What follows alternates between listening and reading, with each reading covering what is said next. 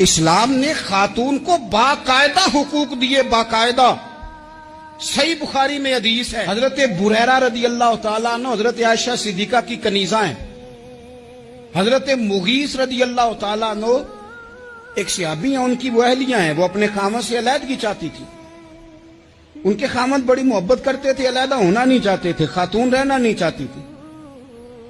انہوں نے بڑی سفارشیں کرائیں کہ میرا خامد، میری بیوی مجھ سے صلح کر لے. حالانکہ وہ خاتون کنیز ہیں، خادمہ ہیں، کوئی بڑے قبیلے سے بظاہر تعلق نہیں. بالآخر انہوں نے گزارش کی، سیدہ عائشہ صدیقہ رضی اللہ تعالیٰ عنہ سے کہا کچھ اور ذرائع اختیار کیے. حضرت مغیث نے رضی اللہ تعالیٰ عنہ، ان کے شوہر نے، کہ نبی پاک علیہ السلام کی خدمت میں عرض کریں حضور میری سفارش کریں کہ یہ مجھ سے صلح کر لیں.